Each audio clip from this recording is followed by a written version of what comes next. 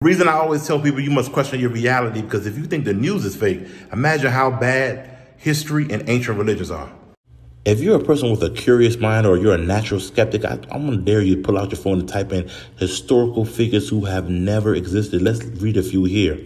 Let's start with Pythagoras. Anyone who has taken a high school geometry class knows about Pythagoras and his famous theorem, or at least we think we know about him. In reality, everything we know about Pythagoras came from the writings of his followers, and many of these accounts are highly mythologized, including that Pythagoras was, quote unquote, the son of Apollo. Basically, it's not true.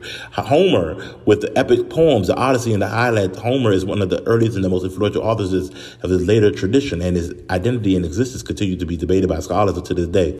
Well, Mr. Sun Tzu himself, Mr. Art of War, the doubts about his existence have persisted since the 12th century. You see, the art of war is actually just military knowledge taken over decades and centuries. Now, let's go on to the next figure, Mr. Confucius. There's actually pretty solid evidence that this man had actually existed. Whether he is solely responsible for Confucianism, though, remains to be seen.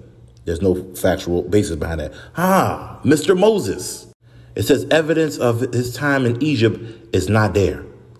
It even said that ancient Egyptians were meticulous record keepers and there's no actual record of Moses ever existing. There's no record of that guy, either the Buddha or King Solomon. Outside the Bible, there's no proof of this man's existence.